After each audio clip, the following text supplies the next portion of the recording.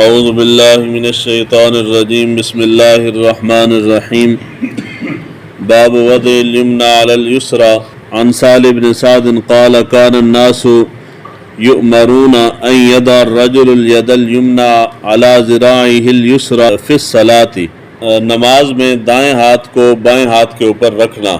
اس کے متعلق حضرت سہل بن سعد روایت کرتے ہیں کہ لوگوں کو حکم دیا جاتا تھا کہ وہ نماز میں اپنے دائیں ہاتھ سے اپنے بائیں ہاتھ کی کلائی کو جو ہے وہ پکڑ لیں، یعنی وہ کلائی کے اوپر رکھیں۔ حضور صلی اللہ علیہ وآلہ وسلم کی سنت مبارکہ جو احادیث مبارکہ کے اندر موجود ہے وہ یہ ہے کہ حضور صلی اللہ علیہ وآلہ وسلم نماز جو ہے وہ ہاتھ باندھ کے پڑھتے تھے، مگر اس مسئلے میں اختلاف ہے۔ ائمہ کرام میں صرف امام مالک ان کا قول یہ ہے کہ نماز کے اندر ہاتھ باندھ کے نماز نہیں پڑھیں گے۔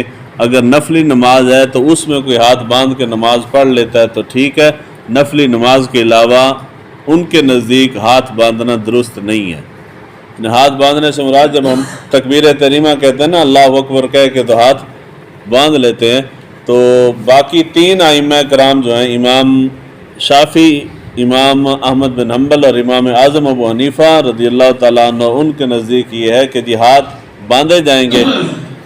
جگہ کے بارے میں اختلاف ہے کہ کہاں باندھے جائیں گے، مگر اس بات پہ اتفاق ہے کہ ہاتھ باندھے جائیں گے۔ مگر امام مالک جو ہیں ان کا قول یہ ہے کہ ہاتھ نہیں باندھے جائیں گے، ہاتھ چھوڑ کے نماز پڑھیں گے۔ آپ عرب شریف کے اندر جاتے ہیں تو آپ نے اکثر دیکھا ہوگا کہ ان میں جب پیچھے لوگ کھڑے ہوتے ہیں نماز پڑھنے والے، کئی لوگ ہاتھ چھوڑ کے نماز پڑھ رہے ہوتے ہیں۔ وہ ہاتھ چھوڑ کے، ہمارے ہاں تصور یہ پایا جاتا ہے، ہم سمجھتے ہیں کہ اہل تشیع جو ہیں وہ ہاتھ چھوڑ کے پڑھتے ہیں، وہ بھی چھوڑ کے پڑھتے ہیں، اور مالکی جتنے ہیں وہ بھی ہاتھ چھوڑ کے نماز پڑھتے ہیں۔ امام مالک کے علاوہ صحابہ کرام رضوان اللہ اجمعین میں حضرت عبداللہ بن زبیر رضی اللہ تعالیٰ عنہ، ان کا یہ قول ہے کہ ہاتھ چھوڑ کے نماز پڑھی جائے گی۔ اور اس کے بعد تیسرا قول امام اوزاعی کا ہے، وہ کہتے ہیں کہ ہاتھ اگر باندھ کے پڑھے جائیں یا ہاتھ چھوڑ کے پڑھے جائیں، دونوں چیزوں سے کوئی فرق نہیں پڑتا، اپنی مرضی ہے، اگر کوئی ہاتھ باندھ کے پڑھے تب بھی ٹھیک ہے، ہاتھ چھوڑ کے پڑھے تب بھی ٹھیک ہے۔ اب سوال آئے گا کہ ہم جو ہاتھ باندھنے پہ اور ہاتھ بھی ناف کے نیچے باندھنے پہ اتنی تاکید کرتے ہیں تو یہ بات کہاں سے آئی ہے؟ یہ ابو داؤد شریف کی روایت ہے حضرت علی شیر خدا کرم اللہ وجہ الکریم سے، حضرت ابو ہریرہ رضی اللہ تعالیٰ عنہ سے، اور بھی کئی صحابہ سے حدیث مبارکہ مروی ہے کہ حضرت علی شیر خدا فرماتے تھے کہ حضور صلی اللہ علیہ وآلہ وسلم جب نماز پڑھتے تو آپ اپنے دائیں ہاتھ بائیں ہاتھ کی اوپر رکھتے اور ہاتھ جو ہے وہ آپ اپنی ناف کے نیچے باندھتے تھے۔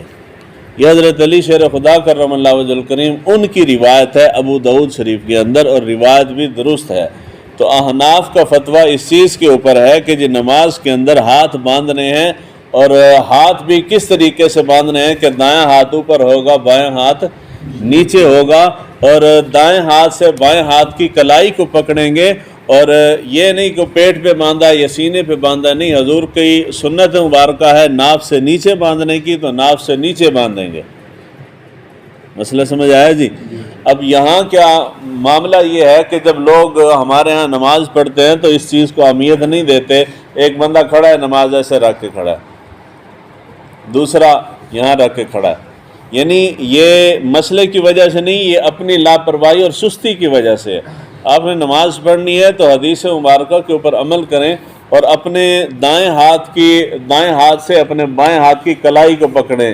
یہ جو جوڑ ہے ہاتھ کا، اس جوڑ کو پکڑیں گے دائیں ہاتھ کے ساتھ، یعنی یہ جو آپ کی چھوٹی انگلی ہے اور انگوٹھا ہے، یہ ایسے پکڑ لیا۔